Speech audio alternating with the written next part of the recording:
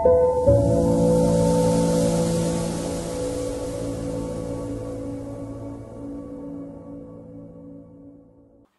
అనారోగ్యం ఉన్నప్పటికీ కూడా మీకంటూ ఒక ప్రత్యేకమైన గుర్తింపుని ఎట్లా కాపాడుకున్నారు? కానీ ట్రాన్స్ప్లాంట్ ఎంత ఇంకొక లైఫ్ రీగెయిన్ చేసిన తర్వాత నేను నా బాడీని అర్థం చేసుకుంటూ బాడీని బాధ పెట్టకుండా నేను చేయాలనుకునే పనులు ఆల్మోస్ట్ ఒక 80% చేసిన. నేను ఒక లాంగ్ ప్రిపరేషన్, ఇంకా సివిల్స్ అనే ఆలోచన తీసేసిన. ఎందుకంటే నా కెపాసిటీ అర్థమైంది. నేను ఇంకా అదే ఆలోచనతో ఉండి అదే స్థాయిలో ప్రిపరేషన్ స్టార్ట్ చేస్తే ఇంకా నా బాడీ సపోర్ట్ చేయదని నాకు అర్థమైంది. ఆ స్ట్రెస్ బాడీకి ఇవ్వద్దు అనుకొని దాన్ని వదిలేసి కరీంనగర్లో ఉంటే ఇక్కడికి నేను ప్రయాణం చేయాలని ఇక్కడికి ట్రాన్స్ఫర్ చేయించుకొని ఉద్యోగం చేసుకుంటూ ప్రిపరేషన్ స్టార్ట్ చేసిన. నేను చేయాలనుకున్న పనులు చేసిన. నేను 2019లో ట్రైనింగ్కి వెళ్ళిన. అదే టైంలో ఏపీడబ్ల్యూఎల్డి థాయిలాండ్ ఫెలోషిప్ వచ్చింది. అంటే నాకంటే ఒక గుర్తింపు నేను క్రియేట్ చేసుకోగలిగిన. ఒక పక్కన కిడ్నీ ట్రాన్స్ప్లాంట్ అయిన వ్యక్తిగా కోవిడ్ రావటం అనేది చాలా సవాళ్లతో కూడినటువంటి విషయము. ఎలా ఎదుర్కొన్నారు? అనుకోకుండా కోవిడ్ రావడము, కోవిడ్లో కూడా మీరు జాగ్రత్తలు చెప్పింది, నేను జాగ్రత్తలు తీసుకుంటూ కూడా మీ అందరితో కలిసి పనిచేసిన. ఇష్టంతో చేసిన పని అది. దానివల్ల ఏం నష్టపోలేదు. కానీ ఇట్లా ఒకే ఇంట్లో ఉండేవాళ్ళం కదా చెల్లె నేను. ఆమె ఫస్ట్ కంటామినేట్ అయింది. ఇద్దరం ఒకటే వాష్రూమ్ ఆడేవాళ్ళం. నాకు సపరేట్ రూమ్ ఉన్నప్పటికీ మేమిద్దరం ఒకటే వాష్రూమ్ ఆడేవాళ్ళం. ఆమె జర్నలిస్ట్ కాబట్టి బయటకు వెళ్ళక తప్పని పరిస్థితి. ఆమె కంటామినేట్ అయింది. ఆమె ద్వారా నేను కంటామినేట్ అయినా. అప్పుడు క్రిటికల్ అయింది కోవిడ్తో. ఫస్ట్ వేవ్లో నేను కంటామినేట్ అయినా. కొత్త మందులన్నీ వాడాల్సి వచ్చింది. అప్పుడు కూడా మీరంతా ఫాలో అప్ చేసిండ్రు.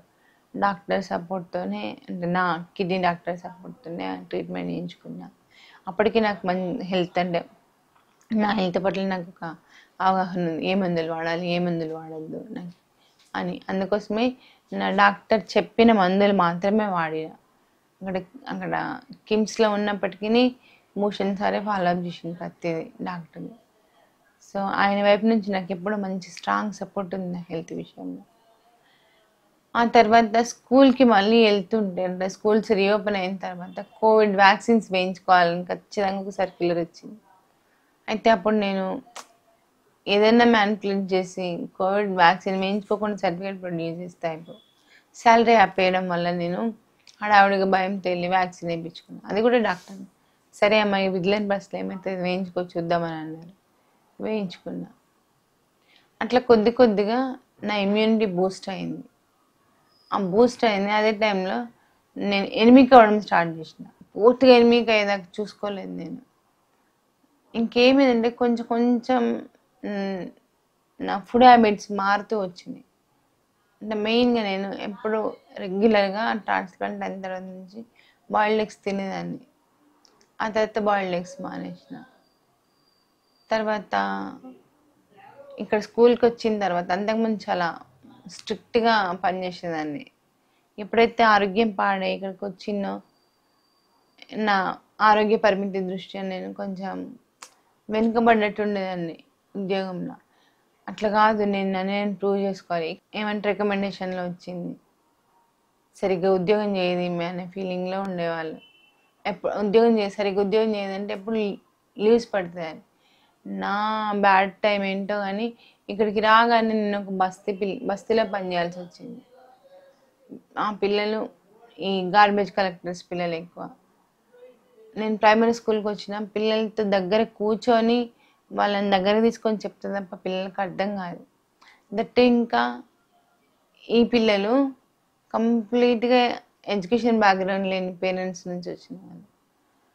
వాళ్ళకు చదువు విలువ తెలియని పేరెంట్స్. ఊరికి తోలుతున్నామంటే తోలుతున్నాం అన్నట్టే ఉండేది. ఆ పిల్లల్ని చేయబట్టుకొని రాయించాల్సి వచ్చేది. నాకు ఊరికి స్కేబీస్ వచ్చింది ఇక్కడికి వచ్చిన తర్వాత. స్కేబీస్తో పాటు ఇక్కడ కూడా వాష్రూమ్ లేదు, వాటర్ ఫెసిలిటీ లేదు. ఇంకా నేను అంతకంటే ముందు కన్నా ట్రాన్స్ప్లాంట్ తర్వాత వెరీ సెన్సిటివ్ ఉంటుంది నా బాడీ, తొందరగా ఇన్ఫెక్షన్స్ వస్తాయి. అందుకే ఇక్కడ కూడా నేను యూరిన్ చేయడం స్టార్ట్ చేసిన. 9 నుంచి 3:30 వరకు. దాన్ని యూరిన్ రిటైన్ చేయాలంటే ఫస్ట్ వాటర్ తక్కువ తాగాలి.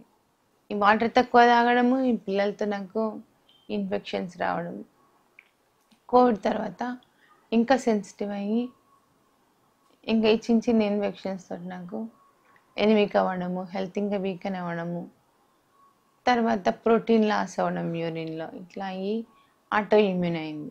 ఆటో ఇమ్యూన్ అయ్యి మళ్ళీ బీపీ రైజ్ అవ్వడం స్టార్ట్ అయింది.